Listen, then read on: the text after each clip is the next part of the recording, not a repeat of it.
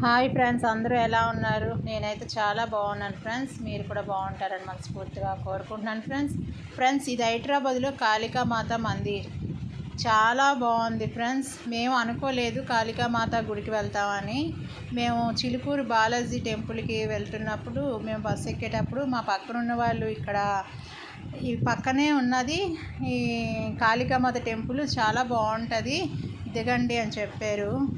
అయితే అనుకోకుండా సడన్గా మేము బస్సులోంచి దిగిపోయాము.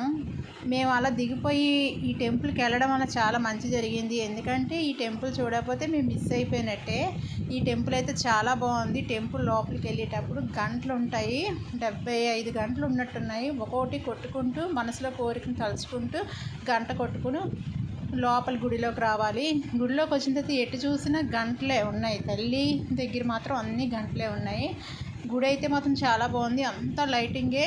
ఓ పక్క కాళికాదేవి విగ్రహం, లోపలైతే దుర్గాదేవి విగ్రహం.